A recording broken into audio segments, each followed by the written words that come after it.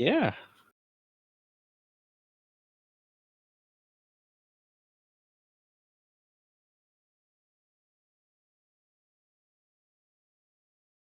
I really wish the Valiant would have won though. Like a non-Korean final would have been like huge news. I see you um, put the solo support discussion in there.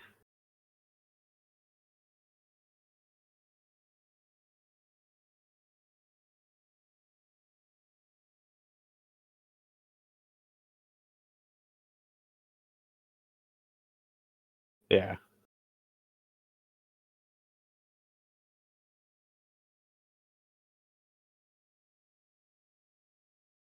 You mean Badoshin shitting on everybody? And then Boombox shitting on everybody? They're really earning that name, flex support.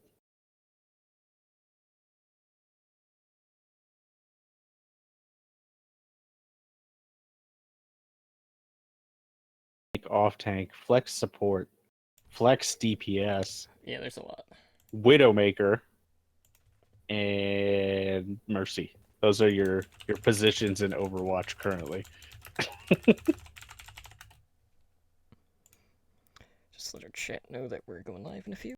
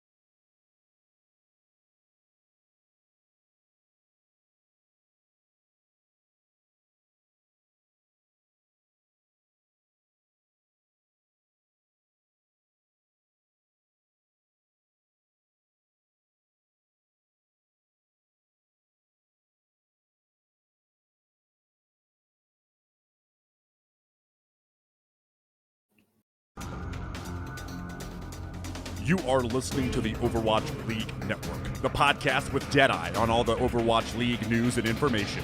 The show with Tactical Visor on the statistics and analysis. Here are your hosts, Totally Drunk, Spider, and Slambo.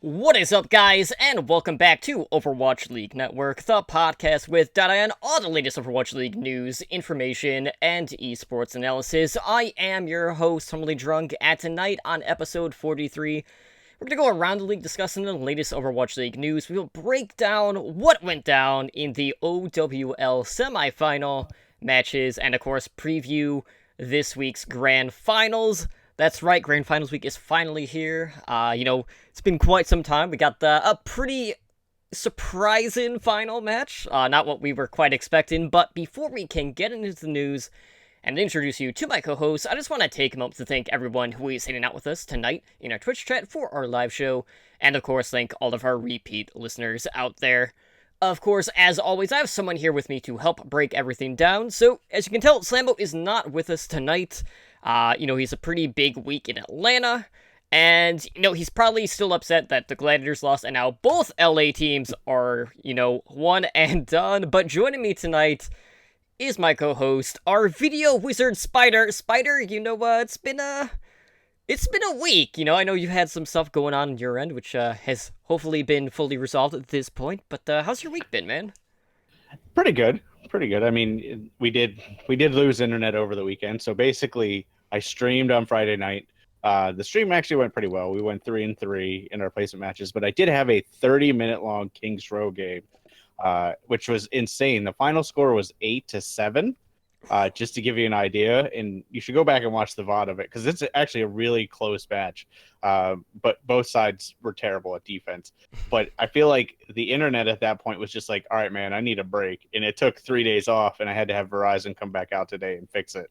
So I was watching the playoff games on my phone, like, what is going on? Like, where is the Widowmaker? And if you're talking about soon, it didn't matter because he wasn't in the discussion at all, which we'll go over later. But it was a great weekend. I mean, I got to spend time with the family, play with the kids, watch some Overwatch, even on an a bit tiny screen.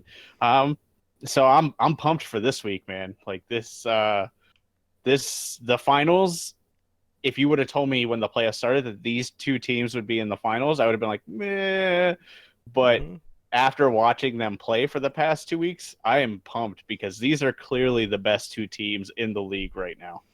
Absolutely. And at least one of my predictions made it through, but just the way things went down, even for London's case, was very surprising given that they basically just trounced the Valiant in that series.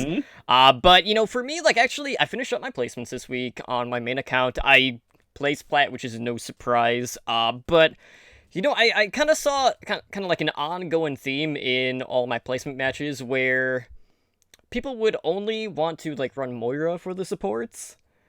There were instances where we would have two supports. My friend Wicked would run the Mercy, but our damage just wasn't up to snuff at that point. And then rather than our Moira would switch to Mercy and then switch back to Moira for some reason, even though it was a solo support. And then they were in a trio and they weren't in team chat, and then they were complaining to me that I wasn't communicating, but I was texting, obviously, I was typing in chat, and I guess, that just wasn't the right way to go about it. But a lot of people have a hard-on for playing Moira right now, even if we're not running, triple tank, triple support, and it confuses me. I mean, I run into that problem because one of the guys I regularly play with on Friday night is a Moira main, so we just expect it at this point, which actually...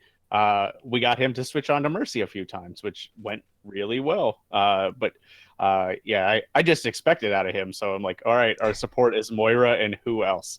And, he's good at it. So I'm not going to fault him for it. Play what you want. I mean, especially since we're in high gold, low plat on that account. Just play what you want. Clearly that's what I did all night. I was like, I guess I'll play May this point, stuff like that. So. Hey, we even got to see some May in the Overwatch League games this past weekend, so that is a thing. Yeah, walling off some windows, over on Hanamura. Yeah, that was about it. I did really like that play, so we'll get into it. Absolutely. All right, well, let's go ahead. Let's jump into the news this week. First, we got to go around the league discussing the latest Overwatch League news. So, as you all know, it is Grand Finals week.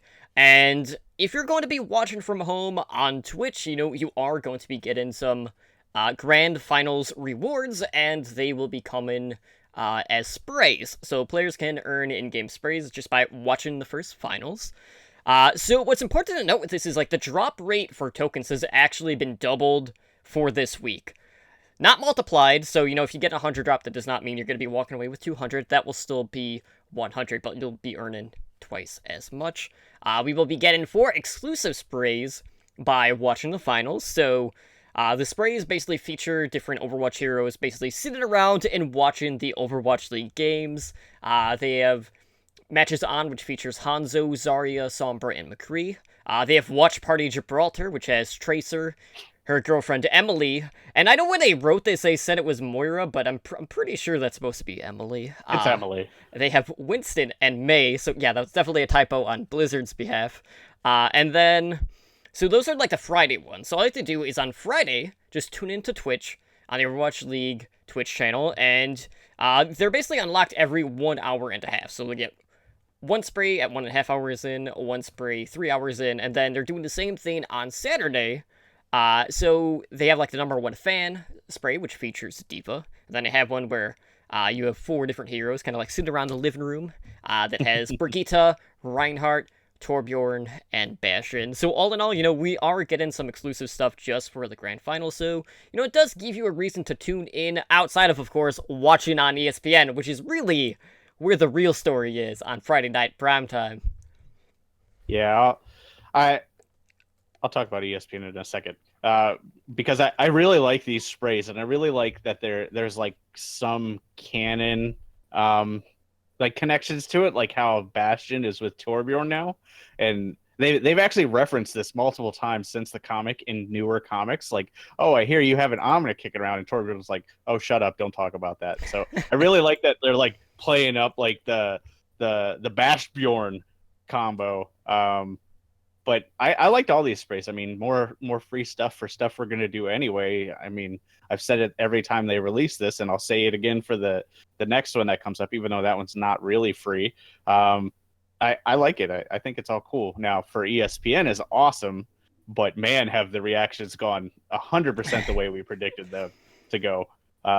The Twitter posts, man, are like 50. I'd say they're a good 50-50. Like they're not leaning one way or the other, where like, oh, this isn't a sport, and then people are like, oh, I love Overwatch. Like it's actually been pretty even. So whereas like the Heroes of the Storm one was definitely heavily dominated by people like, what is this? Why are you doing this? Talk about poker some more, or talk about hockey or whatever. And my favorite was the person's like, well, how do you define a sport? And they're like, well, it has a ball in it. And the top response was, well, Hammond. And then the next response was hockey, like question mark. And I was like, So right. I think my favorite thing that came out of that, though, from all the subtweets, was everyone kept using the same Malcolm in the Middle gif. Where it's just like, the future is now, old man. It's yeah, just exactly. priceless.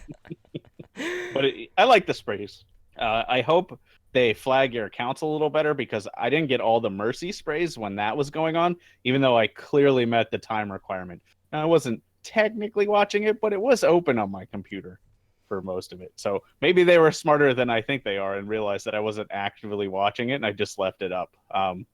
But I think as long as you log in through the Overwatch League page with your Blizzard account, that should flag it for you pretty easily. Because I've actually had better luck with that than the Twitch page for the token drops. Mm-hmm. So the token drops have gotten better, but there were definitely some nights like I watched it on Twitch, logged in, and I didn't get token drops. Whereas if I switched to the Overwatch League page, I got them immediately. So I would advise people to do that just to be safe.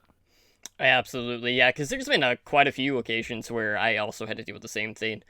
So I would typically have, the Overwatch League site up on one browser, and then I'll have Twitch up on the other, just in case.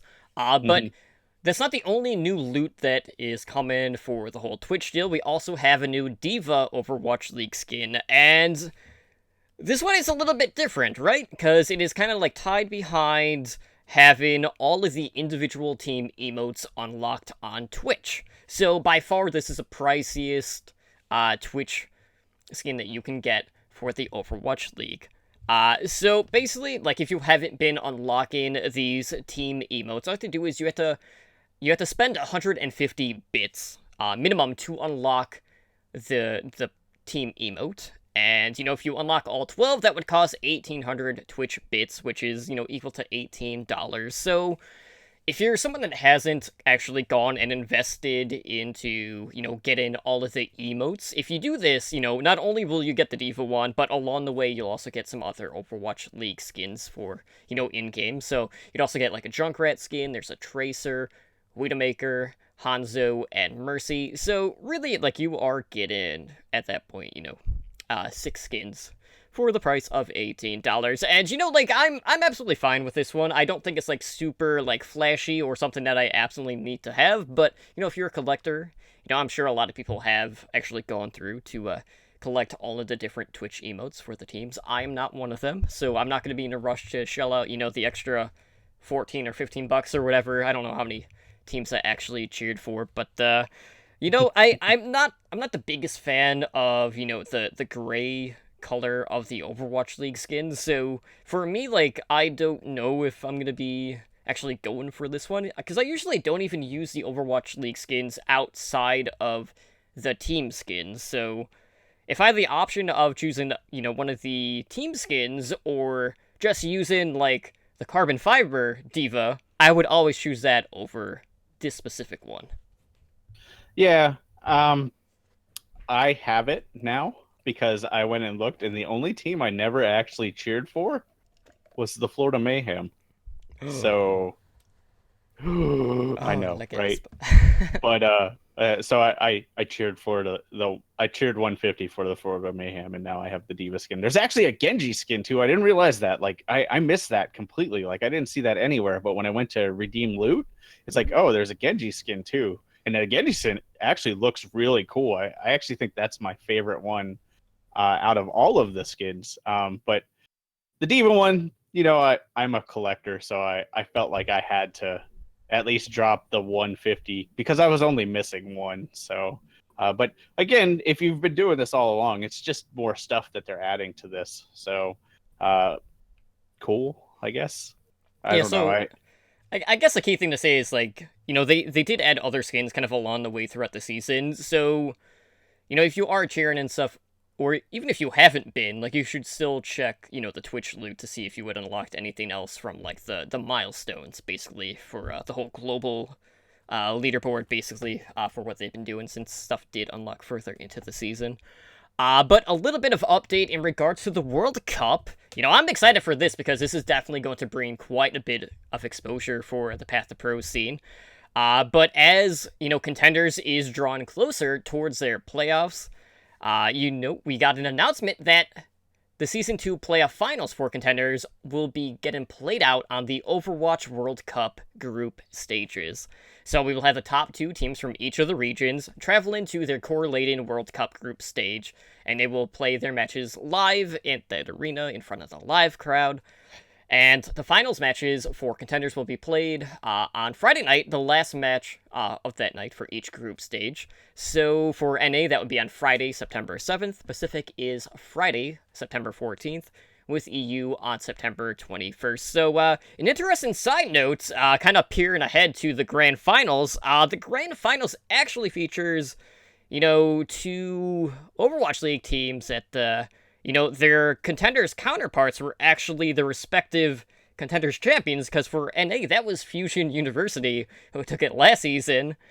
And we also had the British Hurricane win EU, who were the London Spitfire team. So a little fun side note there, and, they are the Grand Finals team, so a little bit of bragging rights along the way. But I'm excited about this, because, there was a time where, at least at the very start of this Contender season, that, we did have Contenders like Australia in a Blizzard launcher, and that it's been super inconsistent since then. So, the numbers were definitely, like, skewed from the Australia page for, like, a lot of fake views because it was on the launcher. And, Contenders just hasn't gotten the same amount of love that I think it deserves, considering that, a lot of these prospects will be playing in the Overwatch League in a few years' time. But I'm excited to get to see them play on the big stage. Obviously, in the past, they had, like, their own venue, but I feel like just tying it into another Path to Pro event was the right move, and I expect to see a lot more exposure for Path to Pro come from this. Yeah, this is actually really big news for Contenders because by all margins, World Cup viewership last year was way above any of the Contenders' viewership this year. So the fact that they're kind of tying together to kind of create more exposure for Contenders is awesome. The only thing that I really don't agree with this plan is I think the Contenders match should be the opening act. Like, I think that should be the first one, because depending on how Overwatch matches go, it's not always going to be like matches start at 8 and they're over at 8:30 like we saw last Wednesday. Or was that Friday? I think it was Friday. where we tuned in and it was already over. I was like, well, crap, I missed the matches. I got to go back and watch the VOD. So, like, as the night goes on, if the matches are really long, that, you know, not as many people are going to watch it. So I feel like maybe using them as the opening act and using what people are really tuning in for as the main attraction probably would have been a better idea. But they may have some metrics or something that say, well, you know, most people watch it a majority of the time anyway, or, you know, depending on viewership numbers at certain times, maybe that doesn't matter. But just to me, I would think put that as the opening act and then, you know, use World Cup as the main act, because that's what it was initially billed as. Right. But I mean, overall, it's still good news. It's still going to generate more viewers regardless of when they put the matches, just tying it into the World Cup. And, you know, there's not a lot of teams with contenders players on it, but we may see some overlap in there. So I wonder how that's going to play out. Yeah, it's very true, because there are a couple of contenders players that are on these different World Cup teams. But yeah, I definitely agree. Like, the World Cup in itself is really the marquee event there. So I don't know. I'm kind of conflicted on that, but I would prefer the World Cup to be the main attraction at that point. But moving on, we do have some community events that are coming up, and if you were going to the grand finals, you have to go check these things out. So first up, you know, we have the 5 Deadly Venoms crew. That's the NYXL fan group. They're hosting quite a few special events to show off their favorite parts of New York City. So on July 24th, they will have a live broadcast from the Microsoft Studio, Alleyways and Avenues. So that'll feature like a tour of all the New York City hotspots. They'll have a show match against the Outlaws fan group, the Lone Star Vanguard, who are like their rivals basically. I know they've done some stuff in the past. They'll also have a live Q&A. So that'll be starting at 6:30 p.m. And you can actually watch it on Twitch at twitch.tv/NYXL_Venoms. And then on July 25th, they will have the Legendary Weapons of New York at Waypoint Cafe, New York City. So they'll be showing some classic Apex matches featuring, you know, the New York Excelsior players currently, but, you know, it'll be the old matches.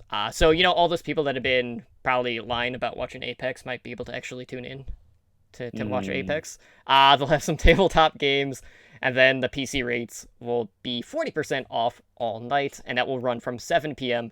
to midnight. And then, of course, we got to talk about the Overwatch League Grand Finals podcast meetup, which is on Friday, July 27th. So if you're going, you better be going to this. Show some support to our peers, because they're having an after party. So you can join the hosts of Omnic Lab, High Noon, the Cavalry, Watchpoint Radio, and the Overwatch League recap at the Tillery Hotel Beer Garden, and that will start at 10 p.m. Eastern Time. So be sure to head there. You know, maybe have a few drinks, get to know some of your favorite podcasters, and be sure to troll the Blevins because New York Excelsior lost. I mean, that's a real reason for going. So yeah, definitely check those out. Yeah, I mean, this sounds really fun. Like all the stuff makes me sad that I'm not going, especially the podcaster meetup, because that was always the best part about BlizzCon, is just hanging out with all the podcasters. You know, getting candy from Rob. We always talk about that. I don't know if he'll be there. I don't think he'll be there, but you know, everybody else, like Andreas, you know, Blaze and Bob from his 700 podcast. Now I can't keep track. They're a great group of people. And the Blevins, you know, we talked about him, but definitely check this out, because I have actually been to the beer garden, and it is really nice. So definitely check this out. It's going to be a lot of fun, and I will live vicariously through all of you. Yeah, just like Totem will. I'm sure there's going to be a lot of shenanigans and memeing going on, as per usual when it comes to the podcast group, because, you know, that's kind of what we do with one another, right? You know, we're all pretty tight knit. And if there's an opening to meme the shit out of anyone, it is fair game. So who knows what to expect out of that. But let's move on to the main discussion. We got to talk about what went down this past week in the semi-final matches. But before we actually break down the matches, you know, I have a few discussion points that I want to talk about, because we have seen some interesting things coming out in regards to team compositions throughout the playoffs. So One of those things is the rise of solo support play as well as triple tank compositions, and we've also seen a little bit more play of Ana on a few maps as well. So let's talk about the whole single support and triple tank composition. So lately, we've been seeing Mercy as that sole support. We've been seeing quite a bit of triple tank, which is, Orisa, Roadhog paired with a D.Va. Then, usually double sniper complements that. And, it's been an interesting change of pace for this meta. And because of these changes, the Zenyatta has kind of fallen off a little bit. Zenyatta players have been flexing quite a bit more, sometimes on a Tracer, primarily onto a Roadhog. And Orisa's basically been the main tank, and, kind of the reason for, the Zenyatta fall-off is because, one, the damage just isn't able to come close to what Roadhog can do in regards to the shield damage. And then you also have that whole hog and supercharger combination that just brings so much damage and burst potential for this comp. And when you talk about Zenyatta, this is a hero that doesn't have a ton of mobility, right? So when you're going up against a Widowmaker and a Hanzo, which is happening more times than not in this current meta, mostly having both of them in at the same time even, that's where Zenyatta really struggles, because not only he doesn't really have the synergy with that comp, but he's put in a bad spot. So if you're the Zenyatta player, you can't play too far back because you're going to get risked and picked off by the snipers. And if you play too far forward, that just makes you susceptible to getting pulled in from the pulled port combo, whatever you want to call it. And really, Hanzo is just able to break down these shields and barriers, and, just opens up these sight lines for the Widowmaker and the Roadhog to hit those hooks. But, I'm happy to see, Mercy get a bit more love, because she is a solo support in this case, but the Zenyatta flex, or just the flex support in general, has been probably the key role at this point throughout the playoffs. Yeah, I mean, here we are, playoffs, completely different meta than what we kind of predicted.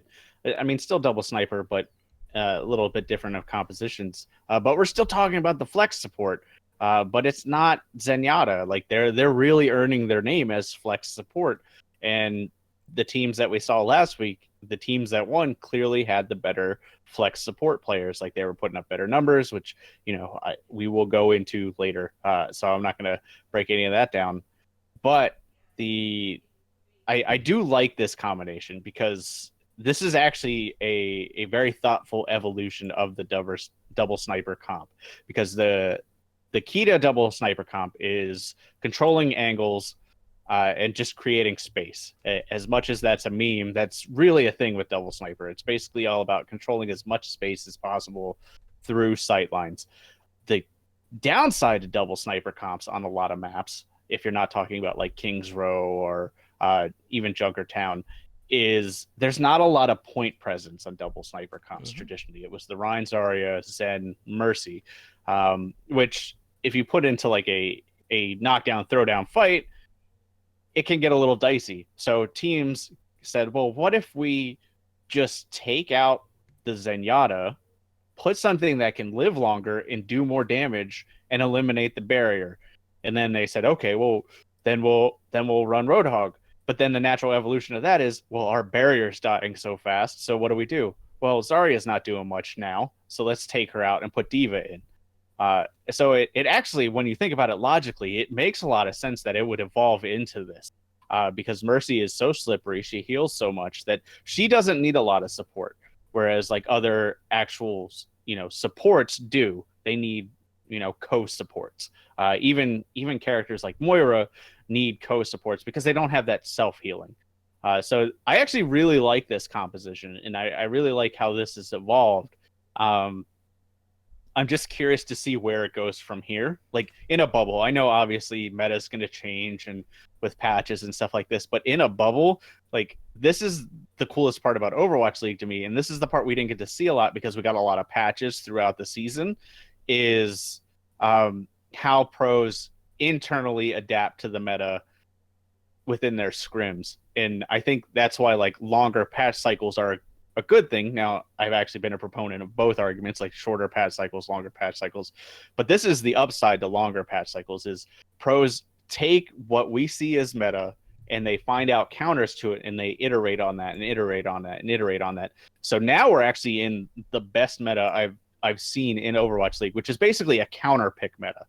So, and we're going to get to the next counter pick to this triple tank comp in a second, but I'll be saying counter pick a lot tonight when we go over the matches. So I'll stop there. So why don't you hit us with the next piece of team composition data? Yeah, absolutely. So because we have been seeing a lot of triple tank compositions, we've also seen the rise of Ana being played. So, this, I can't say like this is a huge surprise just because of how, viable, the Bionade is against, a clump of players.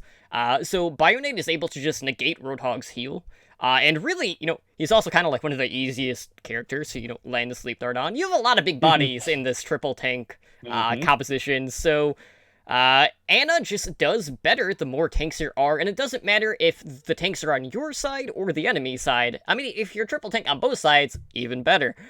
So we've seen this very popular on Hanamura, especially on point B, because a lot of these teams have been trying to go up the right side on the high ground, and they're all in that narrow entry corridor, and that's just a perfect spot to land a huge Bionade. And not to mention the fact that, kind of going back to Zenyatta for a minute, Ana is just able to heal from a safer position compared to a Zenyatta player. So we've been seeing quite a bit of her, especially on Hanamura or just assault maps in general. And depending on the map pool, I don't really expect that to change. And, even, like, with New York, like, they were actually running quite a bit of Ana just for the Nano Blade, which we'll kind of get into that. That didn't really work out so well because they were kind of running dive against the triple tank, and really weren't having much luck getting to the solo support with the Nano Blade, but that is kind of beside the point. But I'm always happy to see more just versatility and different supports being put into play, because we really got like a combination of everything this past week, which was exciting to see. Yeah, I mean, this goes back to what I was talking about earlier. The iteration is Ana is the key enabler and disabler to triple tank comps because of that Bionade. Also, Nano Whole Hog is very powerful. I would actually say within this meta, it's better than Nano Blade, which we clearly saw this weekend, many examples of. But it kind of goes back to Ana's weakness. Is her weakness over the past couple of years, kind of since she fell out past year, I would say, is due to dive. She has no mobility. Well, if you don't have any dive tanks, because even though technically you're running D.Va in this comp, she's not playing as a dive tank. She's basically playing as a bruiser around the cart, sucking up anything she can, kind of trying to keep that shield up. She's not playing that typical dive tank where she's, getting behind them and bullying the Ana. So the Ana's typically safe. And if you go back and watch a lot of the matches, the Ana was alive more times than not at the end of the fight. And she was one of the last ones picked off, unless something cheeky happened, like a Widowmaker got a shot, or, the team switched to Tracer and they didn't catch it in time. So then Tracer got behind him. And that just exploited Ana's weakness. And then we saw other counter picks come out to that. So it makes sense that Ana would come out. And I am happy to see her because she was my favorite support. And I have been sad that I can't really play her. So with the upcoming changes, hopefully I get to play her more. But if the meta keeps evolving this way, it's going to happen that way anyway, at least until tomorrow when Hammond comes out. Right. And just to sidetrack for a minute, so we do know that there are some support changes coming up on the PTR. One of those is a nerf to Mercy's primary healing. How do you think that's going to affect this triple tank composition that we've been seeing? Do you think she would still have the throughput to keep her team up, even with the 17% reduction? It's hard to say. I would say probably yes, just because this team does have a lot of staying power. Honestly, the weakest tank in your lineup is your main tank, in this lineup, which is actually weird to think about Mhm. because Orisa is just a big target. But I think honestly, the bigger change, even though all these healing changes are happening, I think the bigger change is Hammond. I think Mhm. he's gonna change the meta regardless. So taking these healer changes in like a vacuum would be a mistake because they're gonna come with him. Well, he's gonna come first, but basically they're gonna be in the game with him, and he enables triple tank dive a lot better. So then we're gonna start talking about supports that enable triple tank dive more so than this triple tank static comp, this triple tank double sniper comp. So I feel like in a vacuum, she probably could have the throughput just because you have such a survivable team. Um, it would definitely be a lot harder, and you'd be a lot more susceptible to Ana. But I think she could still do it. But I think the meta is going to shift as soon as the hamster comes in anyway. So it's too much conjecture for me. Yeah, so I guess we'll kind of just see if the support lines are going to revolve around mobility again, like it was kind of in the past prior, because Zen and Anna might be caught out a little bit because of that. But let's go ahead, let's move on, let's talk about the semifinals. We had some pretty hype series. The first one, a little bit more of a stomp, I would say. That was the London Spitfire versus the Los Angeles Valiant. And the Spitfire, the lower seed, the 5 seed, took that one 2-0. So, man, like, where was this London, like, outside of stage 1? Like, they seem to be doing, like, so much experimenting, and then obviously, Birdreen got injured, and then they were trying to integrate, GC Busan and Condu Panthera. Then they let 4 players go, and now they're down to their 7. Then they struggled in the stage 4 meta, and now all of a sudden they just kick LA out of LA. Mm-hmm. That's basically what they did. Yeah, I mean, actually, the first map, Junkertown of the first night, they looked almost like stage 4 London again. Like initially, you got kind of the hints of it, but that quickly went by the wayside. But Birdring still, to me, seemed a little bit off. So I don't know if you want to go like map by map or if you just want to do like a general overview.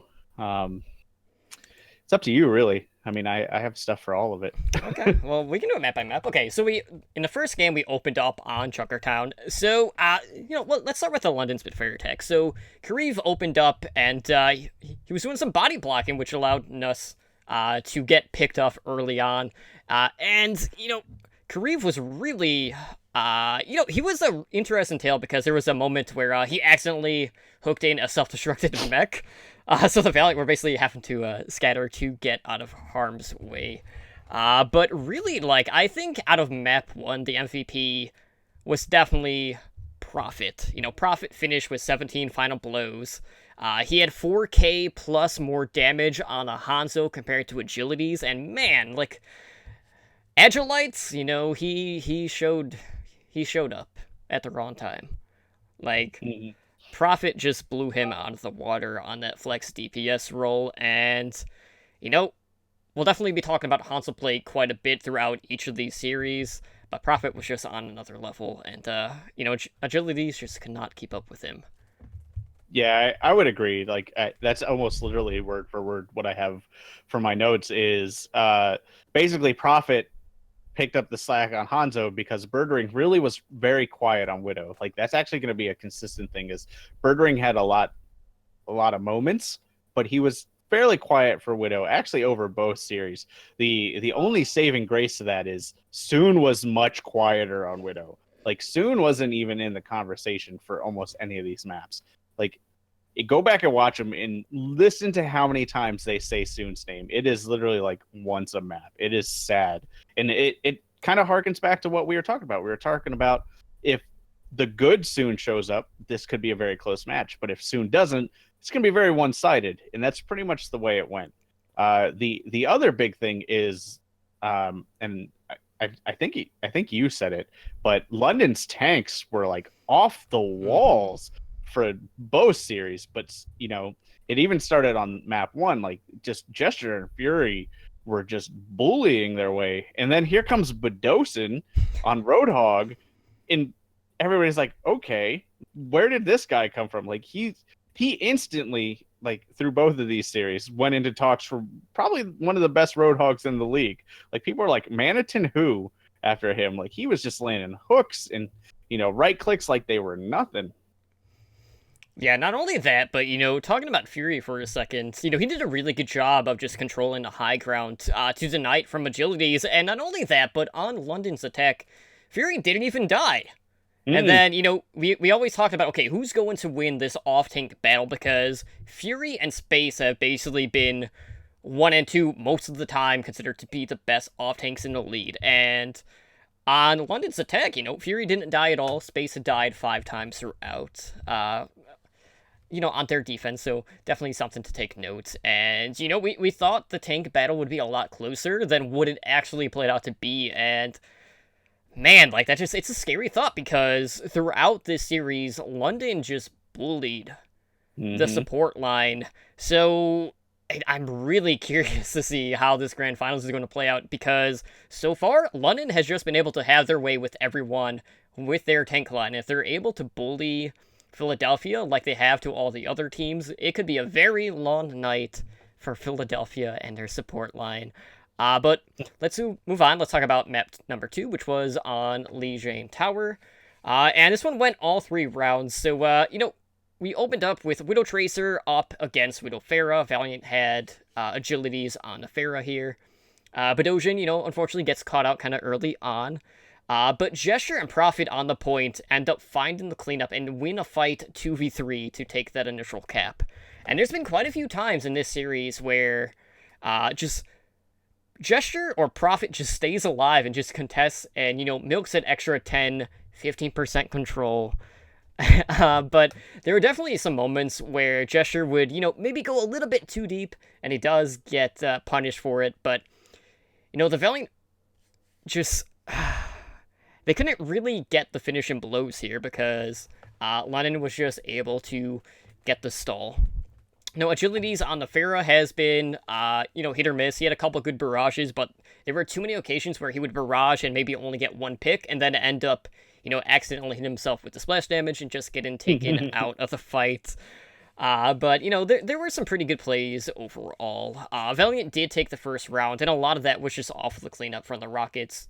Agilities just wasn't pressured as much as, what we would normally expect to see when you're going up against the Pharah. Round 2, Prophet decided to run the Pharah, opposite of Agilities. This one was over on Night Market. And Prophet comes in and he boops Fate right off of the map. So, environmental kills always come into play here. And the Spitfire end up trying to contest despite being 3 players down. And, Valiant end up getting the first capture here. But all in all, there's some pretty back and forth. Fate, in this series in particular, I felt like Fate was usually the first player to die for the Valiant. And you can't have this when, the Orisa in most instances are your main tank. But all in all, we saw some interesting things, on round 3, we saw, McCree and Hanzo being played by London. Not really, a pairing we get to see all that often. And, this is, the one time, I felt like Soon actually showed up, because he drops Gesture pretty much immediately. But the Spitfire are just there, they have the shoot damage to take that first control. And, Fury in this round was an absolute beast. He had high energy. He was about 40% higher on his ult charge against Space. And, again, it didn't matter what off-tank these 2 players were on. Fury was getting the better of the exchange. And, it baffles me because we were expecting this to be on even footing when it comes to that frontline battle. But that was absolutely not the case. No, not at all. I mean, Fury basically crapped on Space on any character. If you look at the statistics, they're not even close. It's crazy to think that these 2 were considered so close going into this match, and then going out of it, it's a completely different discussion. And you mentioned Soon had some good moments, and I've kind of been ragging on him a little bit. He did have good moments. The problem was he wasn't consistent enough to make an impact. Like the key thing you said on map 1 is they struggled to get finishing blows, and that was because when you're running a Pharah, the Widow is the one that typically is the one that has to secure kills, and the Widow was not securing kills. And they still managed to take the first point, and it was a rough fight. And actually, all 3 rounds were fairly close in terms of how they played out, score wise or otherwise. And they came down to like minute mistakes, but you could clearly see that in most fights, London had an advantage. Like it was really,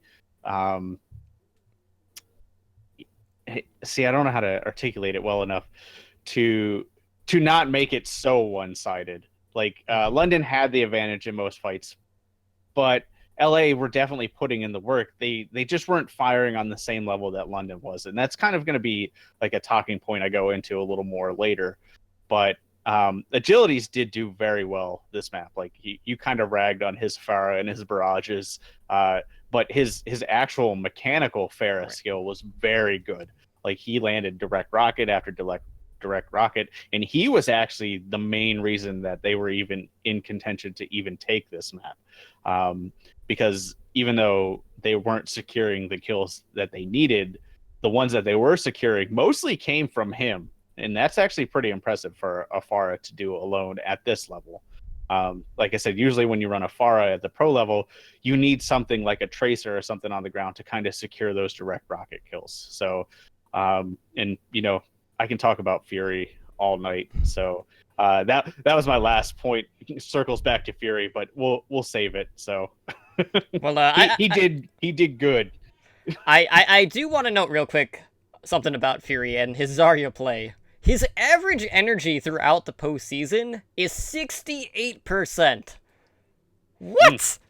It's so absurd. Like you just that seems so absolutely ridiculous. Yeah, it's the best in the playoffs. That should be no surprise to anyone. But moving on to map 3, in game 1, we went to Kings Row, and London come out running triple DPS. We have Bedosian flexing over to the Tracer. Something he dashes forward through a Roadhog hook. He manages to escape. Thank goodness, because he did kind of get hooked in. But it's always funny like trying to hook a Tracer because a lot of that has to come down to 1, the blink management, and 2, just predicting where the Tracer is going to be, which can definitely be kind of a pain in the butt.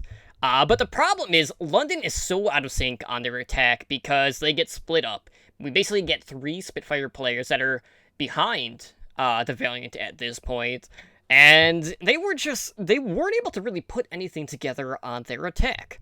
Prophet had also gotten behind the Valiant. At one point, he kind of ran the Dragon Strike pretty much straight across the point, and Space just comes in. He's like, nah, man. It just comes in with a self-destruct, finds 2. He gets Nuss and Bedosian, which were pretty big picks at that moment, and Spitfire only managed to get 2 takes on the first point on their attack. Not a good show-in, and, so much of that was just based on the fact that they were split up throughout their attack.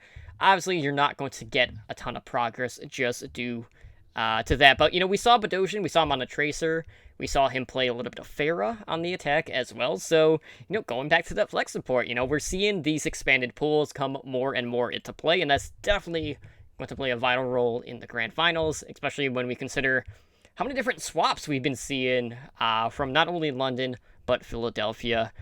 So for the Valiants, it's pretty much an easy win. They don't really need that much progress. We see Kariv opting to run the Ana, with Valiant running a dive composition. Fate is the first one to fall. He eats a remote mine from Prophet. And, I feel bad, because, like, Fate, he's been one of the top main tanks, and he was just put on so much pressure just with the shield burst because Prophet was on point with the Hanzo and the Storm Arrows, and anytime he would drop a barrier with the Orisa, it would vanish almost instantly. Like, it was up, and nope, there it goes. So, definitely a rough go of it. But we did see the Nano Blade come into play in this one, because Agilities comes in, he just cuts away at the Spitfire, but Kariv does end up getting caught out with a self-destruct. Both sides ended up losing their Mercy players, but Valiant have the numbers advantage, and Bedosian is actually the one that kind of seals the deal, finding 2 picks. And, Valiant just kind of take the map from that point. But all in all, like, London, like, there are too many times where, they get aggressive or they go for the flank, and then they decide not to reset. And that's when they get caught out. So that's definitely something that they're going to have to pay close attention to going into the grand finals, because they cannot be making that sort of mistake, because that is valuable time. Because there were times when they did that and they would lose 30 seconds, close to a minute, because they were too far back. So definitely something to keep note of. One thing to note here, out of everything I looked, Space posted 0 deaths in this map. So that definitely helps. And he was like a thorn in London's support sides, mostly because of what you talked about, how they kept getting split up. So Space was like, oh, cool, free kills. And he would just go in there and murder supports. That's pretty much how it played out. It was actually a very weird match to watch, because I would say neither team played well. It's just the Valiant played just well enough. So Fury didn't quite have the game that he had previously in the previous maps, so that made things a little easier. And both of London's DPS were very quiet this match, or this map rather. And I think that kind of eliminated their chance to actually take this map. But man, Bedosian said, okay, well, if you guys aren't going to do it, I'm going to do it. So he tried his best on that Roadhog, and he, like I said, he's in the talk for one of the best Roadhogs, at least I've seen recently. So, but yeah, it was a very weird map. Kings Row in the playoffs, it's like no man's land. It's like the oldest like competitive map, but anything can happen. New teams are just finding new ways to do stuff, and there's another comp London runs later on Oasis, where it's definitely like, okay, London is no longer shackled to dive. Absolutely. So map 4 went to Hanamura. This one ended in a draw, so I don't want to go like too much into this one. But we do see, London on the attack. They end up going for the solo support again. So Bedosian is on the Tracer. That's pretty much short-lived. He does decide to switch over to the Hog to run that triple tank. And we have this funny moment early on when we get to the choke point where, Gesture is going to launch his Orisa Shield up. So, his cooldown would come up, in time. And it ends up, landing on top of the archway, which was a fun little blooper to see. But we do see the Riptire come in, and by Birdreen. And Bedosian looks to, flank on a point. He basically gets a free tick before backing out, which was kind of cool to see. A lot of this, Birdreen was really on point here. He sniped Custa. Custa ended up, dying, and, he also got the D-Mech on Space at that point, and we see the Dragon Strike just eat straight through the Valiant. And Spitfire, they have 4.5 minutes left to complete the map. That doesn't happen. The thing with Hanamura is, we have seen, I think, a little bit more counter picks on Hanamura than we have seen in some of these other maps, because we've seen quite a bit of Ana on the second point. We've seen a lot of sides switching to Brigitte or just straight dive on the second point as well. But all in all, there were some really bad staggers for London on this map in particular. And it ends up being a 5v6 when overtime kicks in, because Fury gets caught out in a really bad spot, and they're just not able to make any progress on the points. So Valiant, on their attack, they're also running, triple DPS. Kariv is one on the Tracer. And, he tries to do the same thing. He tries to get pressure on the points, but, he kind of gets shot in the head by Birdreen, which is a pretty common theme. He does eventually, on the second attempt, get that first tick on the flank. And that's when we see Valiant try to make some changes to their comp. So Kariv ends up going to the Roadhog. And, they take point A faster than London did, so they have 5 minutes left to get the second point. But this is really when Prophet and the Junkrat come into play. So The gist of it is, everything just comes up exploding, because there's one point where Prophet comes in, he finds 4 picks on the Junkrats, before he swaps over to the Brigitte. And, we saw Nuss bring in the Ana at this point. And really, it's just, Spitfire had the ultimate advantage in point B, and that was really the thing that held him on to, force out the draw. 2 CP. I mean, what else can you say? That this played like a textbook 2 CP lol map. Like that's exactly what happened. First point gets taken fairly easily, then you get stalled on second point, and both teams draw, and you re-queue. Like that's basically what happened. But I do want to touch on this map specifically, and you've already kind of talked about it. This was like the key map that we saw counterpicks come out, and I don't think I've seen as many counterpicks come out in a single map outside of the London Gladiators game last week. Which I'd have to go back and count, but they were fairly close. But this map, more than any other map, really showcases the counter meta and how it's evolving. And you see, like, one fight happens, and then one team picks something to counter what the other team did.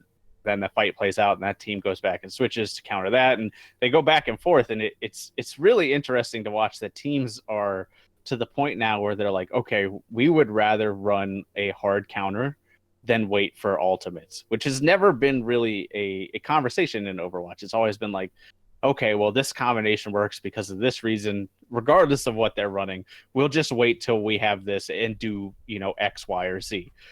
Whereas now they're like, well, they're running a Tracer, so screw it, just swap to Brigitte, which I think I actually really like. I don't want to sound down about that. I actually really like that strategy. So this was a cool map for that reason. Outside of that reason, it was actually a pretty dull map. All right, so we go to map 5, which is played on Dorado, and on London's attack, we see the aggression come out of London, and it pays huge dividends. Birdring basically grapples up Scouts where Soon is, and Soon ends up peeking and gets sniped in the head by Birdring. Definitely feels bad moments. So really, like, London just takes a point without much contention at all. Space, though, we start to see Space show up a little bit more. He does end up finding both of the Spitfire supports here. Fate ends up body block, which definitely helps aid in the play. So, the tanks working together here. And body blocking has really come into play more and more. It's not always for setting up the picks. It's also for, setting up those massive staggers, which we've seen time and time again. London, they end up going dive on this map, and, the Valiant support line, just, again, if it wasn't by the tanks, it was from the, the other dive components, and, they just constantly got hunted down by the Spitfire, and they end up finishing the map with 2:14 left in the time bank, which is a pretty good time overall for Dorado, so, yeah. For Valiant, they were definitely feeling the whole Dispirit in Dorado. We didn't see, like, any major C9s on this map like we've seen in, past Contender series. But for the Valiant, we saw Kusa come out with the Pharaoh, which has kind of been something that we've been seeing a little bit more and more, because we've seen, like, these main supports coming out just to try to boop someone off the high ground. And, more times than not, it doesn't really work. Like, we've seen people getting knocked off, but we haven't seen the cleanup actually coming from the knockdown. So I don't know if that's going to continue to be something that people try to rely on. And we've kind of even seen it in some cases where Ana comes into play, trying to hit an early Bionade as well.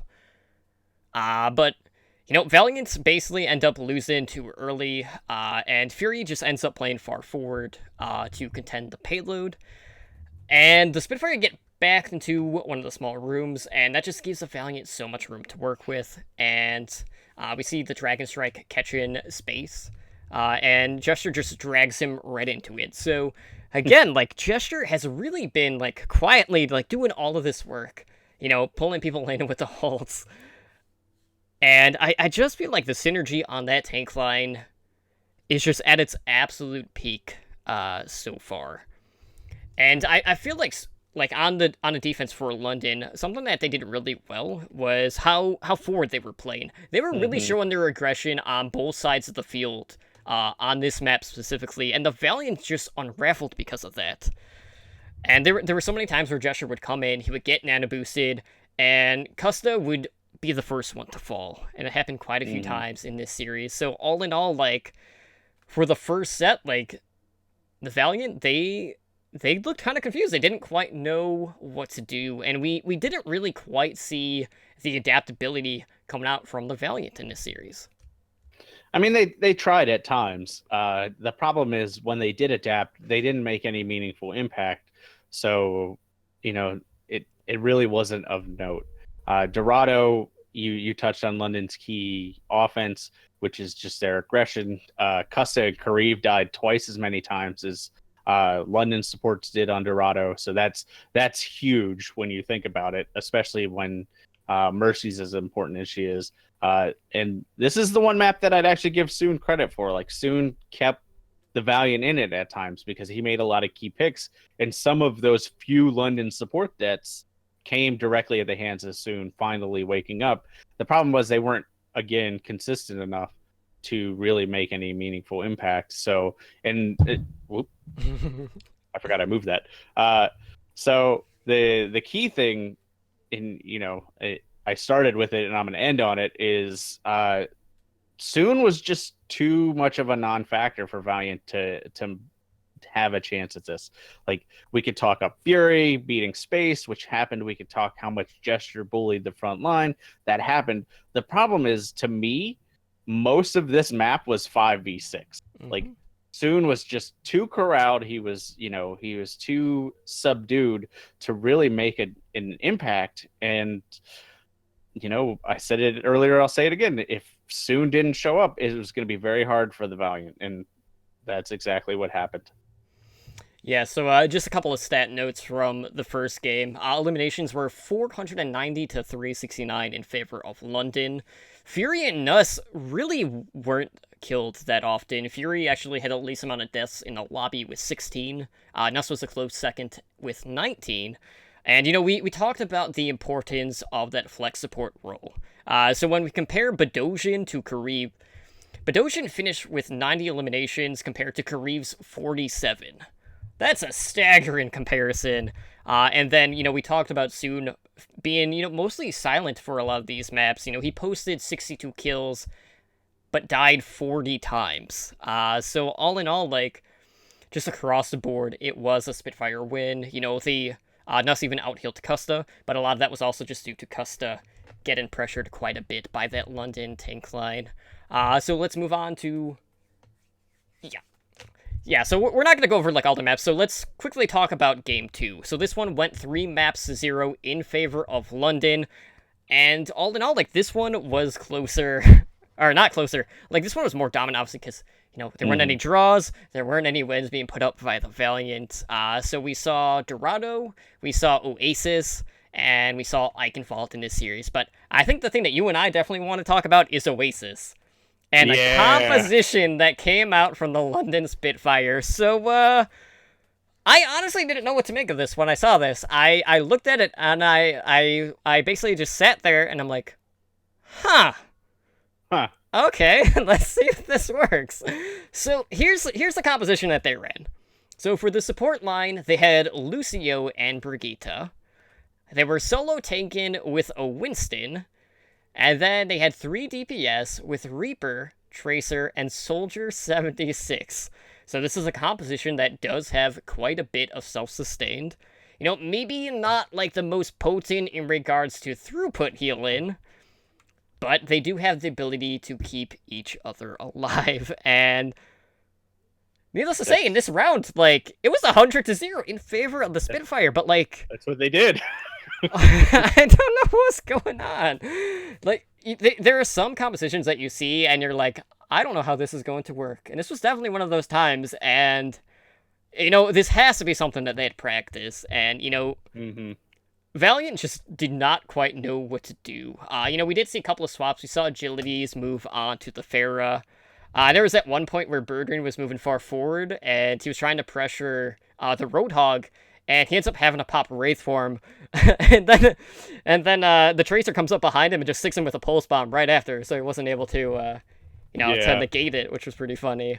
But all in all, like, man, like, what did you think of that comp? Well, to me, this is London embracing how bad they are at Oasis. They're like, screw it, we're going to try something crazy. And then the more and more I thought about it, because I had the same initial gut reaction. I'm like, what the hell is this? Like, Lucio, Brigida, like, hey, sure, the team has a lot of self-sustain, but, Reaper doesn't have that much sustain. He's not like a Roadhog where he could just heal and walk away or negate damage. But then the more I watched it play out, the more I thought about it. I'm like, this is actually really smart because Pharah can't do anything against that because you have Soldier. And if they run Pharmacy, then they're dictating a lot of resources to that Pharah when you have Reaper and Tracer just doing whatever they want and a Winston to jump in there and kind of contest. So basically this is actually a really interesting comp, and I actually kind of compare it to Dallas's Hanamura comp, which is kind of like a space control comp. And I think somebody nicknamed it like the space death ball, because that's basically what it was. Even though you play spread out, you control the whole area of the map. So, and this team was quick enough, like outside of the supports and maybe Reaper, although he's pretty quick if you wraith into things, but that only happened once and he got punished heavily for it. But basically people were like, all right, they're coming left, and then the whole team would just converge on him, and you could tell like LA just didn't know what to make of this. And that's the best kind of comp to me. Is like, sure, you can play the meta comp and you can do all this stuff, but when somebody comes up with something that works that's so off the wall, the other team just like brain shuts down. Like, we don't know what to do. Like, okay, let's try the Pharah because they have a Brigida, and then you realize, well, they still have a Soldier. Okay, and he's actually really good at Soldier. Like, that was the other thing, is Badoshin again surprised us on his heroes. So overall, I really enjoyed this composition. Like, this to me, like I said, ranks up there with like Dallas's Space Death Ball, or even like the May on Ilios in Contenders, where they use it to just hard block out players from the point on Lighthouse. Like, these creative uses of heroes that and I hate this because I used to be a Soldier main, but heroes that aren't meta is actually very cool. And I'm just going to double down with what I said earlier. I think it was just London embracing that they're bad at Oasis and said, all right, we're just going to throw something at the wall and hope it sticks. Yeah, absolutely.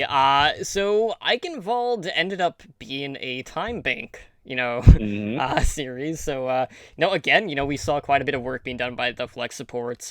We had Kareev on the Tracer on this point. And, there's a moment where Birdring ends up eating a pulse bomb. But he ends up, like, chasing Kareev around to make sure that Kareev also got blown up by it, which was pretty funny. So definitely gotta be wary of where you're standing if you are the Tracer player in that moment. But all in all, like, the biggest difference here was the time banks, because we had the Spitfire, they finished with 2:45, which is a pretty darn good time. And the Valiant only had 1 minute for their time bank. So looking at the time bank attack for the Valiant, Fate, again, like, this was a constant point that we've been bringing up, like, Fate was the first one to drop, which is never a good sign. We did see Space and Kareev really bring the fight back for the Valiant, so, they still had the staying power, and a lot of that was just Kareev was being a nuisance on the point, and, Space was the more survivalist out of that tank duo or trio, depending on what they were running at the time. But really, like, Agilities was having an issue winning the Pharah duel in this series, and just the damage outright forces the Valiant away from the payload. Kareev was the last man standing. He does manage to find 2, but it just was not enough for the Valiant to be able to contend.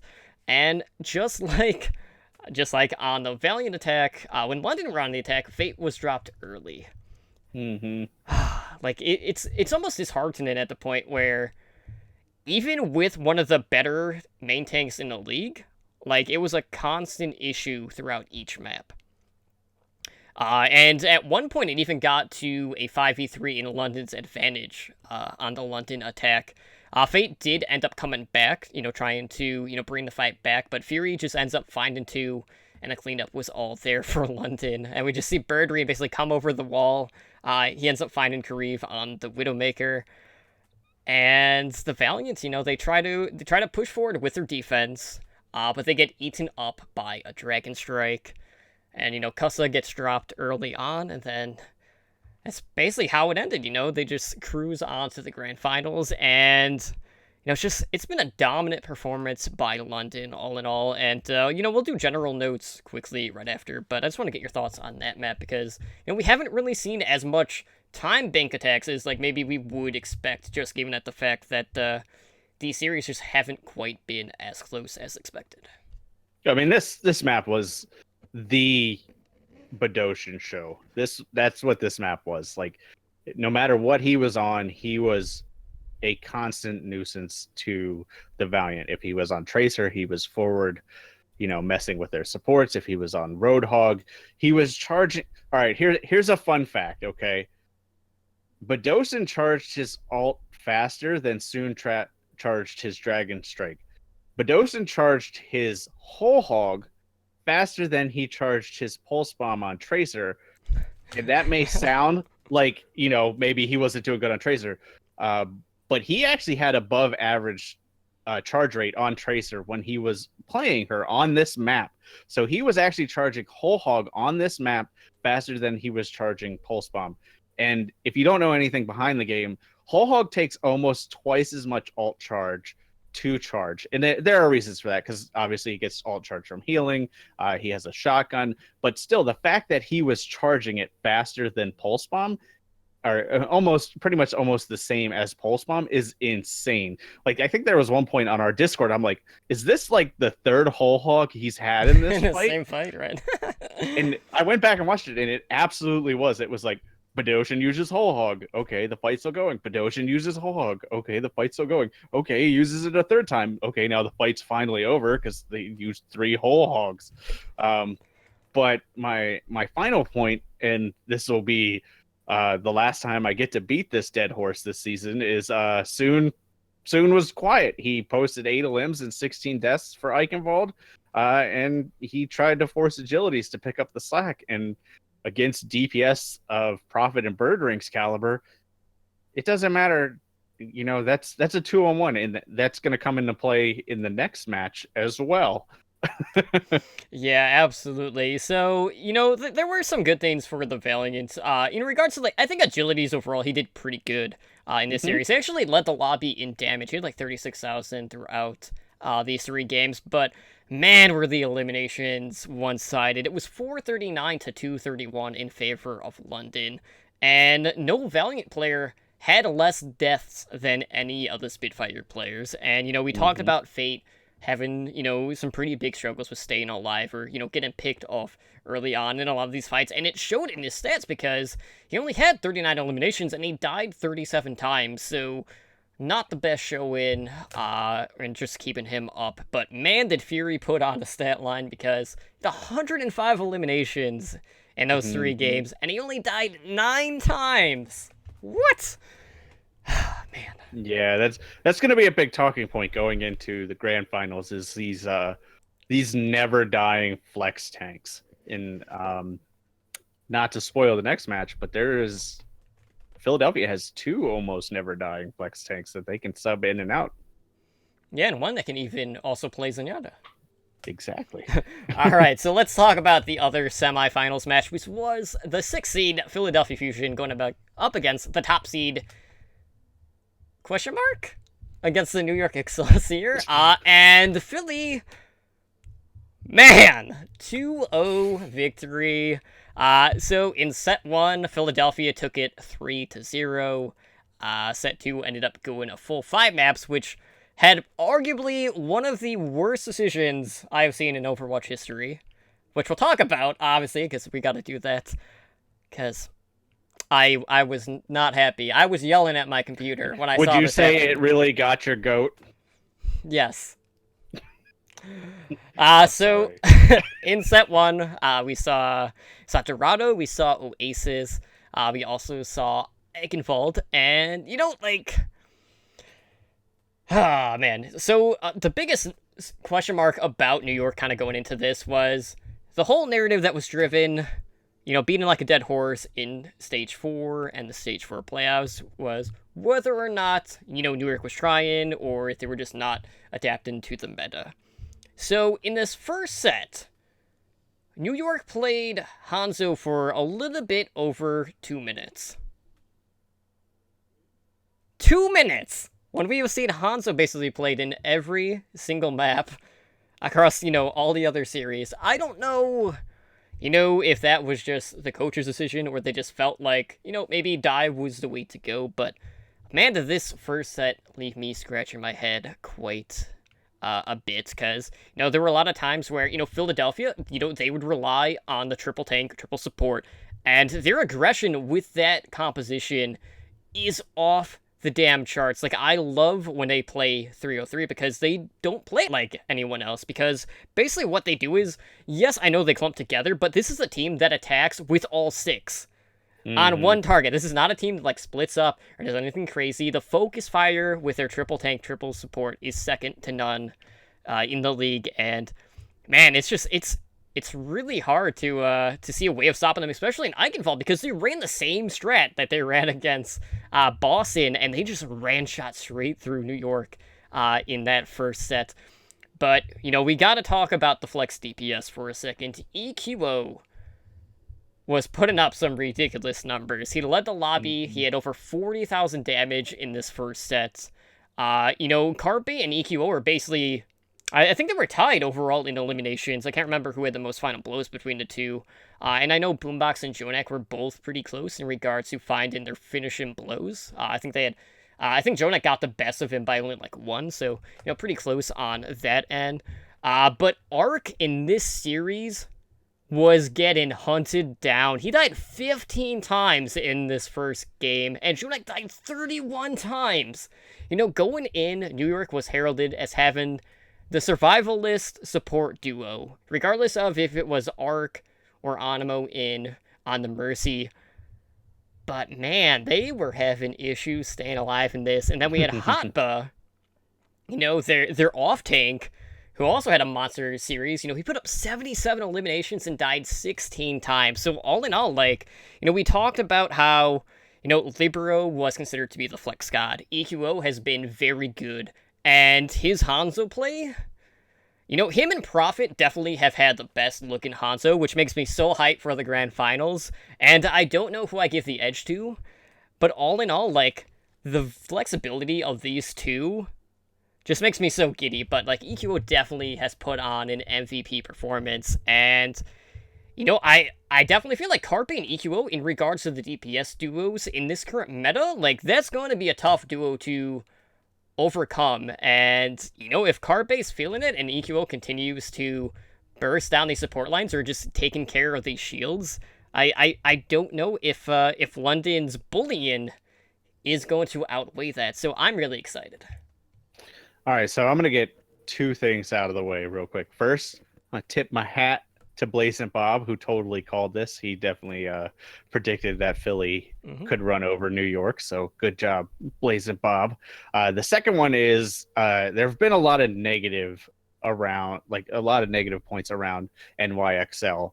And I kind of want to dispel that in that they made some strange coaching decisions. There was some stuff going on behind the scenes that didn't quite make sense.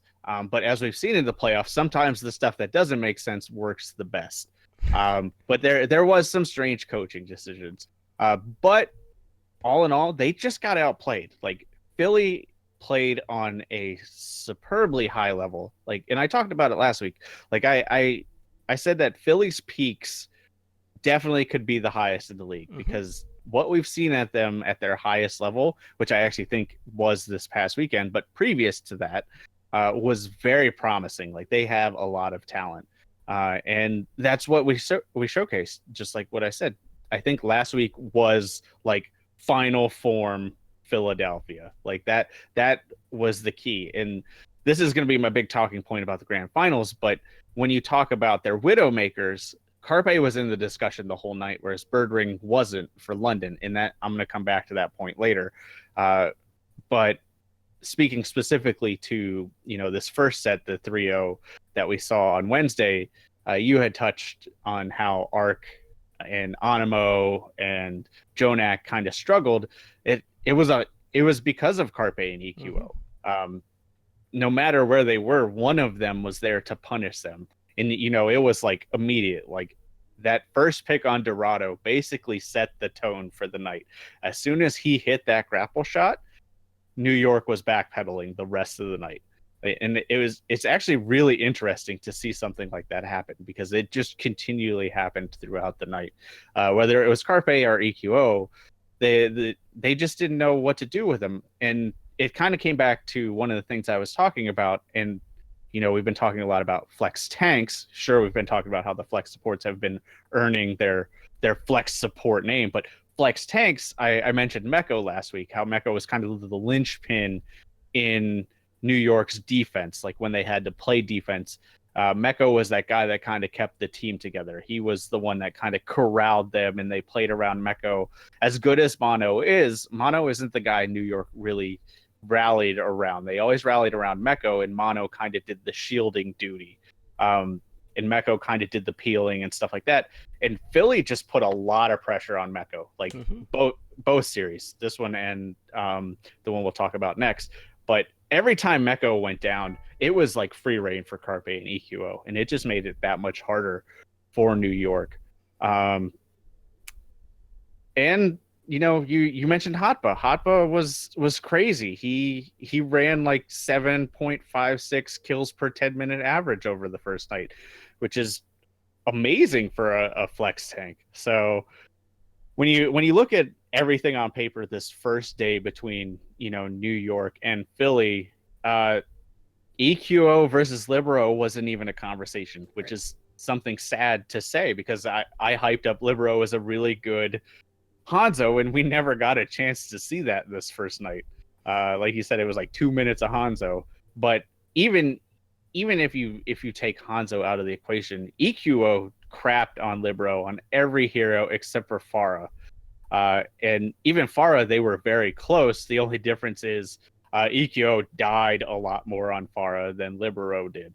And I think that's just indicative of Philly's play style. Philly's going to rack up more deaths across the board just because of how aggressive they are. Yeah, absolutely. And because of that aggression, a lot of the shield battles were being won by Philadelphia, which was really one of the key points for the DPS to really open things up in that first set. But the second set was a very interesting series. It went all 5 maps. We got to see Junkertown. We saw Lee Shane Tower. We went to Keen's Row. We also saw Hanamura, which we saw some interesting stuff there. And then, of course, we saw Dorado, which led to some confusing moments as well. But we gotta talk about the 5th map, because to me, like, that's really the thing that defined, this series. So I want to talk about the way that this series had ended. New York were bringing the series back. They were looking really good. Pine and Sabiobi and Libero looked a lot better in this series. They were getting a lot more picks. The tank battle was more even in this series overall. And Pine had a lot bigger moments compared to the first set, where in the first set he maybe had like one good map, but otherwise was pretty silent. But we did see more Hanzo from Libero. But we saw like some attempts of like pincer attacks being brought in from New York Excelsior in this series, which didn't really work out all that well.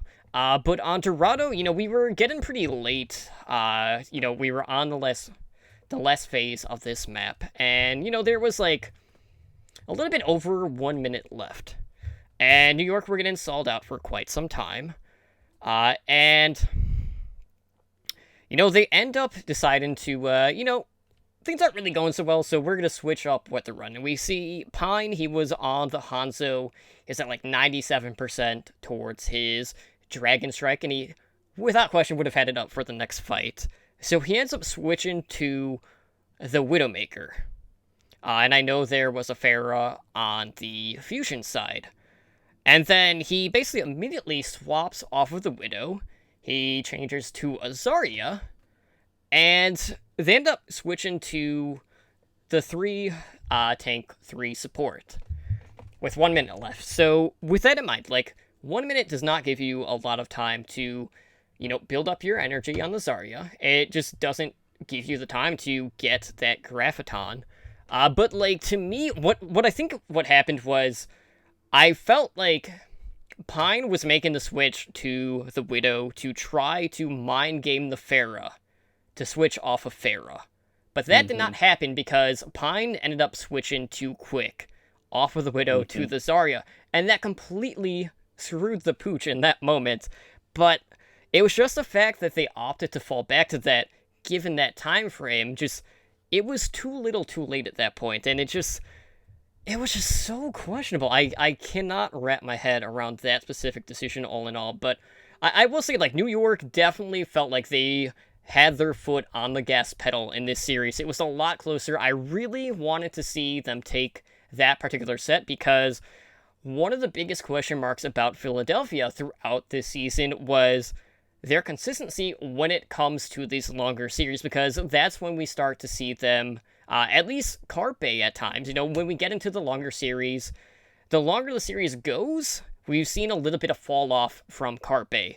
So had New York taken, Dorado, like, I don't know if Philadelphia would have won that next set, but, at this point, we will never know. But just the decision to switch to the 303 at that time was just awful, and I absolutely hate that, the New York season ended that way.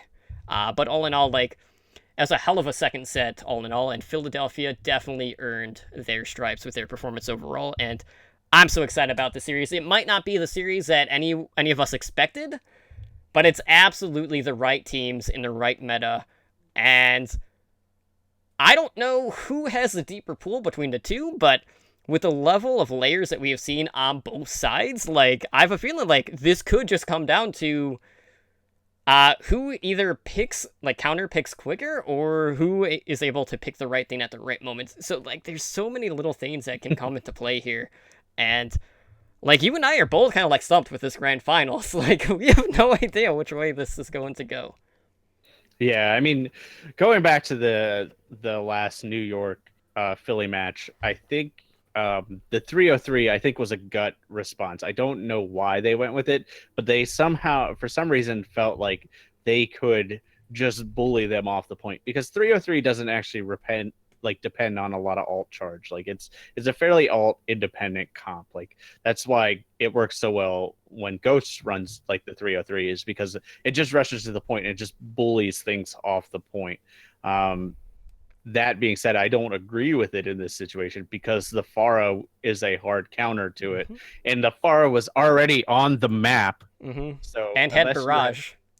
Unless you had already forced that Pharah to switch, it's just this goes back to the strange coaching decisions that we could talk about. But overall, I did like this second series much better because it was much closer, and the main reason this one was much closer was because of Pine. That is 100% why this was closer. So Pine was the only DPS that had any control over Carpe. So just to give you a fun statistic that I looked up, maps Pine played in, Carpe died an average of 10.3 times.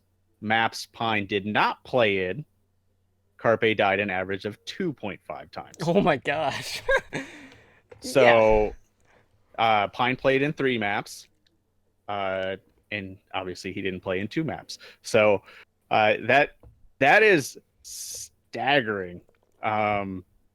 So it was a much closer match. Like, the other thing we have to talk about is, and we mentioned this earlier, is Poco. So Poco got to play the role of undying flex tank in this one, where he, like, what did he post, like 7 deaths over the night or something like that? In like the whole series. Like, that's ridiculous. Now, he didn't play every map. Hoppa did play 1 or 2 maps, I think. I'd have to look that up. I feel like I looked that up at one point, but who knows? But yeah, he didn't play all 5 maps. So I know he at least played 3, if not 4. But yeah, so it's pretty crazy. And to touch on your final point of the flexibility, EQO was the standout in that aspect. EQO showed 7 heroes, like he was actively about to play 7 heroes.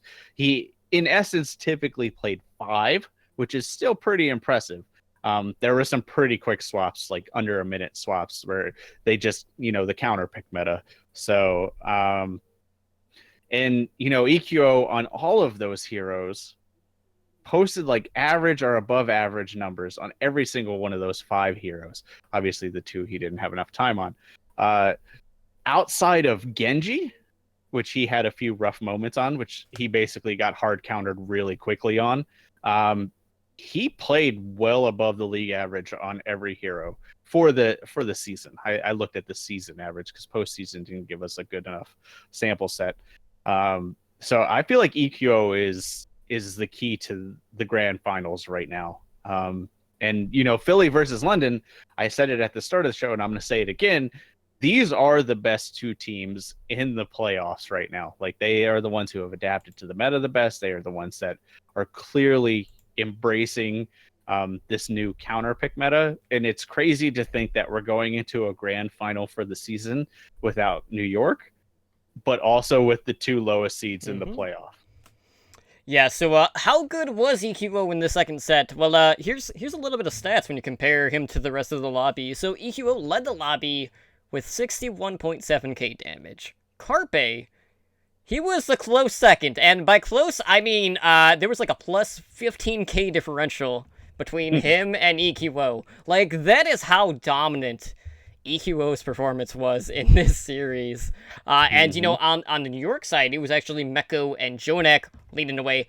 Really not too surprised to see that Jonek, was, either top or, second best overall. But, looking at the DPS comparisons, we had the Philly duo combining for 141 kills compared to 106 being put up by Pine, Libero, and SBB. So, all in all, like, just across the board, it was Philadelphia just edging out just on every single level. But, man, Poco really showed up in that series all in all. But, man, it's just, I wish we got to saw more Libero Hanzo early on to see if he could have gelled better. But all in all, like, Philadelphia is looking pretty darn good. So I'm expecting another, really aggressive Philly to show up. And I'm expecting the same out of London. And it should be a crazy grand finals, to say the least. So let's talk about the grand finals. So we got the 6 seed with Philadelphia Fusion. We got the 5 seed in the London Spitfire.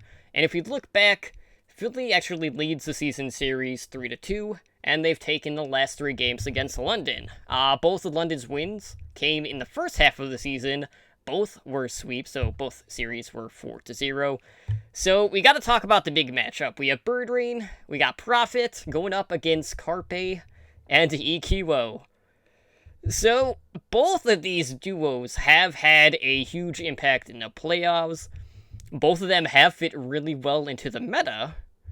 Both have shown absolutely ridiculous flexibility, especially with Prophet and EQO. So which duo do you think is going to come out on top? Because, we've seen Birdring at times maybe not have been as consistent as, say, Carpe, and we also have to factor in the fact that the times that these teams have played, Carpe has typically bodied Birdring in the Widow duel. Yeah, exactly. That's 100% my point, and I kind of spoiled it earlier, but Carpe in all of his matches was in the conversation. He was, the one getting picks. He was the one hitting shots. No matter what he was doing, he was part of the fight. Whereas Birdring relied a lot more on Prophet enabling him, and then he was a lot quieter. Basically, Birdring, I would kind of compare it to how the Valiant were playing Soon. Like, Birdring was that finisher. The difference between Birdring and Soon is Birdring was actually hitting the shots. So Birdring at least stepped up a little more than Soon. But if you go back and actually look at the statistics over the playoffs, Birdring's actually been fairly quiet. Like, he is consistently mediocre at Widow. Whereas Carpe has been just destroying it as Widow. So looking at those two in a vacuum, it's easy to pick a clear winner. Now, when you look at Profit versus EQO, it gets a little muddier because Profit, I would actually give a little bit more flexibility to, just from what we've seen in the playoffs. I actually think they're both fairly easily like swap in and out. Like EQO and Profit both seem to have very wide hero pools that are actually very good. So it's actually a very close matchup. But specifically in this meta in the playoffs, Profit has shown a little bit better versatility, just a little bit higher of a play. But I don't think that's enough to offset the Carpe Birdring duel. Now, that being said, we have seen instances where Birdring channels his inner Philadelphia fusion and just gets super aggressive and super hot on Widow, and he becomes like an unstoppable killing machine. So there is that potential. Because I don't want to just down talk Birdring. Birdring's obviously one of the best Widow makers in the world. He's still on this level, but you got to take it all in context for the playoffs. So I would give the edge to EQO and Carpe just because as a whole, they're just a better unit right now. But it's going to be phenomenal to watch either way. Yeah, I mean, something to definitely note is basically we can take anything that we saw in the regular season and throw it out the window, right? Yep. Because, we saw with New York and the win rate percentages that they had did not play out the same way. And, Philly dominated on maps that they had otherwise really struggled on. So, it really just shows the preparation that was put in by Philadelphia. So, we can't just outright say, like, absolutely Carpe is just going to, body Birdring again. That's probably not going to be the case. But what we have seen is, throughout this playoffs, we have seen the London Spitfire tank line just really have their way with anything that's in their path, right? So Right. Gesture has been at that forefront. He's been pressuring the support lines. He's been catching and hooking out a lot of the main tanks, picking off key targets. And, Philly, you look at the Philly support line, and you have Neptuno, who I think as a whole probably has been the best Mercy that we have seen in the playoffs. There's been a lot of moments where Neptuno, he swoops in with the Guardian Angel. He gets a very clutch res in, probably isn't the best situation to use it in, but he's still able to survive, and it has paid huge dividends for this team. But, like, it's so hard to say, like, is the aggression and just the space created by the London frontline enough to really close the windows, for that Philadelphia Fusion DPS duo? So, like, I really don't know which way this is going to go, but, like, I love just looking at the flex abilities from both of these teams. The Badosian versus Hotba debate is, like, so weird because, we have Hotba, who statistically has, like, the best Tracer stats, only haven't played, like, 6-7 minutes, so you can't really take that too much into effect, but Badosian has just looked like a monster on basically anything he has played so far. So I feel like overall, if we look at the tank line, Gesture and Fury have put up the best tank performance that we have seen in the playoffs. And it was especially true in the series against the Valiant, where, a lot of us consider to be, that specific line to be pretty even across both sides. But I just feel like the ability for Gesture to create that space while also being able to survive and also, having all this ridiculous burst potential from the Hanzo play out of London is definitely going to be a difference maker. So I feel like that's going to be enough to really win out the series. But, like, I'm so conflicted on this one. I think this one is going to go all 3 sets. I feel like London is going to squeak out the win. I feel like in the long run, I really think Philly might run out of momentum like we've seen in prior matches. I feel like the first set, I'm expecting Philly to take game 1. All these games are best of 5. So I have game 1 going to Philly 3-1.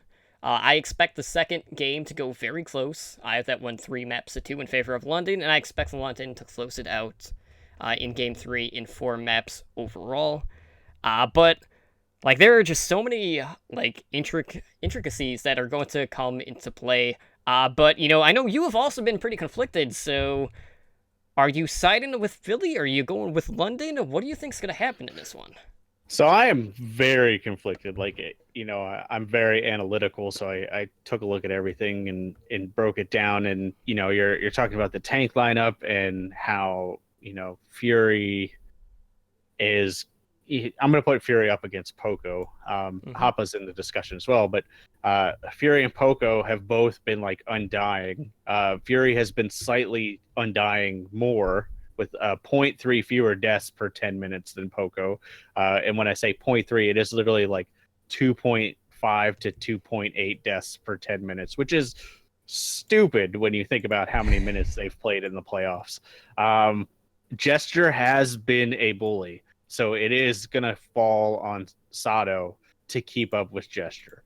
Like that is definitely a matchup that I would currently lean in London's favor. Not by a lot. Like, I don't want to downplay Sato. Sato has played phenomenally, especially like channeling his inner Fraggy and keeping that aggression up, but while still remaining, in the talk. But on the support lineup, you're looking at Nuss versus Neptuno. And this is like the most one-sided match. Like, Nuss has been great at healing, but Neptuno, just like you said, he gets in there, he gets those clutch reses, and then you factor in the fact that Neptuno will just turn around and pop you. Like, he will just pop a cap in your ass. And Right. like, obviously, like when you look at these two stats, Neptuno is a little bit behind on Nuss and healing. I think it's like 2,000 over a 10-minute average. But he is way up on eliminations and damage because obviously he's the battle mercy.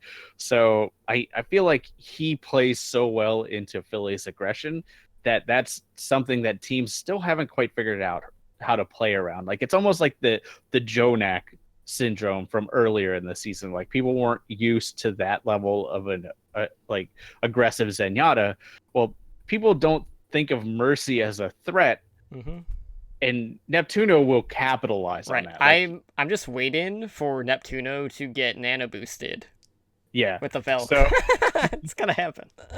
But I think that's something that can't be understated. Like, that's definitely got to be in the conversation. I am gonna give the edge actually slightly to Philly, just because of Carpe and EQO. I feel like those two together will create enough space to make up for the rest of the shortcomings on their team, and Neptuno will get at least one play of the game where he murders at least half of London. But I do agree. I think it will go probably all three sets of matches. It will come down to whether Philly can have the stamina, and the fact that they're switching out their flex tanks seems to be helping. And there's always that ever-present threat of Shadow Burn. Just because we haven't seen him in the playoffs doesn't mean he's not an option, because the last couple times they brought him in stage 4, he did really well. So that could be something to really throw at London, because obviously London's kind of like, okay, we're going to embrace, some crazy strats. Philly's not one to shy away from that kind of stuff. So we could see, a hyper aggressive strat come out of Philly too. And the grand finals are the time to pull something out like that. Just look at what the Gladiators did initially on Kings Row that we talked about last week. The playoffs are the time where you're going to see something crazy, and it's not always going to work that well. But in both of the quote unquote crazy things that we've seen in the playoffs, the two being, the Great Bamboozle, and I would put London's Oasis comp up there. We're going to see some crazy stuff. So I'm super excited, but I'm still super bummed I'm not going to be there.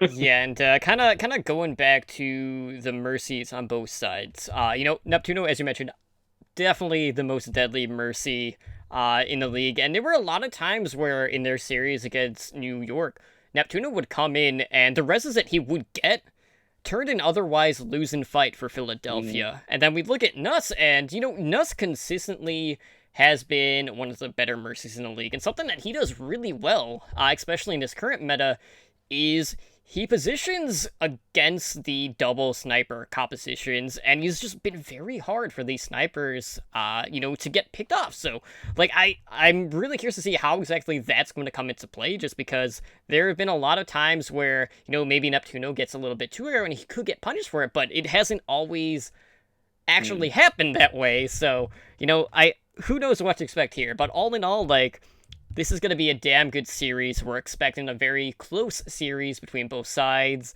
And it's definitely something that we need after the shellacking that we got between London and LA. So I'm hyped. I hope everyone else is as hyped as we are. And if you're going to the grand finals, we hope you have a great time. Make sure you take tons of pictures. Go hang out with some of the podcast crew. And if you're sitting at home, obviously tune in. Watch on ESPN. Like, I want to see those TV ratings. We got to see the potential that Overwatch League has in primetime on a Friday night. I can't wait.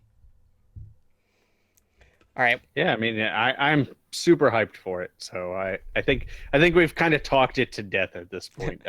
We've aptly hyped it up to the point where I don't think we can do it justice by hyping it up anymore. Absolutely. So with that being said, guys, we're going to go ahead and close things out. So if you want to help out the show, one of the best ways to do that is to leave a positive review over on iTunes. We're always looking for ways to improve the show. So if you have any suggestions, please let us know. If you're looking for the latest Overwatch League, and Path to Pro podcast content out there, be sure to check out Overwatch Recall on Twitter at OWRecall. Every Sunday we have weekly podcast listings on our website at owlnshow.com/weekly recall. I actually did a pilot episode for that podcast forum this past week, and on Wednesday afternoon I will be interviewing Thornrain and his co-host from Black Watch Report. So we'll be talking a little bit about Path to Pro, World Cup, and who knows what else, but it'll be a good time. So I'll have more details on when that's dropping later in the week. But Spider, where can our listeners get a hold of us over on the social media? Sure. If you want to email the show, it's you can do that at the following: contact@owlnshow.com. Our Twitter and Instagram is @OWLNshow. The website is the same, www.owlnshow.com. Our YouTube, we're still looking for those final few subscribers. Just, search Overwatch League Network on YouTube, hit that subscribe button. We do have some content planned for this week, so be sure to get in there now. So that'll pop up in your feed. You can find our Discord at discord.me/OWLNshow. If you're listening on audio and you'd like to see our beautiful faces, you can do the following at twitch.tv/OWLNshow. We have 3 primary shows a week. The main show, I guess I could say, is Mondays at 7 p.m. PDT, which is Overwatch League Network, which is the one you're currently listening to.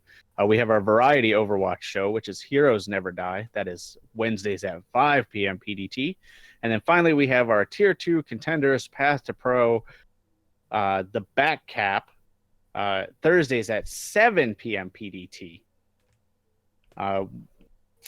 I know I'm kind of struggling a little bit here. It's late and I was up early. So I do a host stream Fridays. It's Grind Out of Gold. I will probably finish placements this week, assuming I keep internet through the flood. And Totem, you typically do a stream Saturday night, which is, you did your placements last time, so I don't know what you have planned for this week. But you can find me. Sorry, I didn't mean to interrupt you. No, it's cool. You can find me on Twitter at SpiderGD, and you can find me here on Twitch. So our missing co-host, who is in Hotlanta right now, Slambo, you can find him on Twitter at slamboverwatch.com. Or yeah, sorry, it's late. I am dead. All right. Well, you can also find me over on Twitter at Totally and if I'm live on Twitch, of course, I will be live on our podcast channel 3-4 nights a week, depending on the week. But with that being said, guys, we're gonna go ahead and we're gonna get the heck out of here. Thanks again so much for tuning in tonight for Overwatch League Network, episode number 43, and we hope to see you guys tuning in to the grand finals. Enjoy the show, and we'll see you back on next week. Have a good night.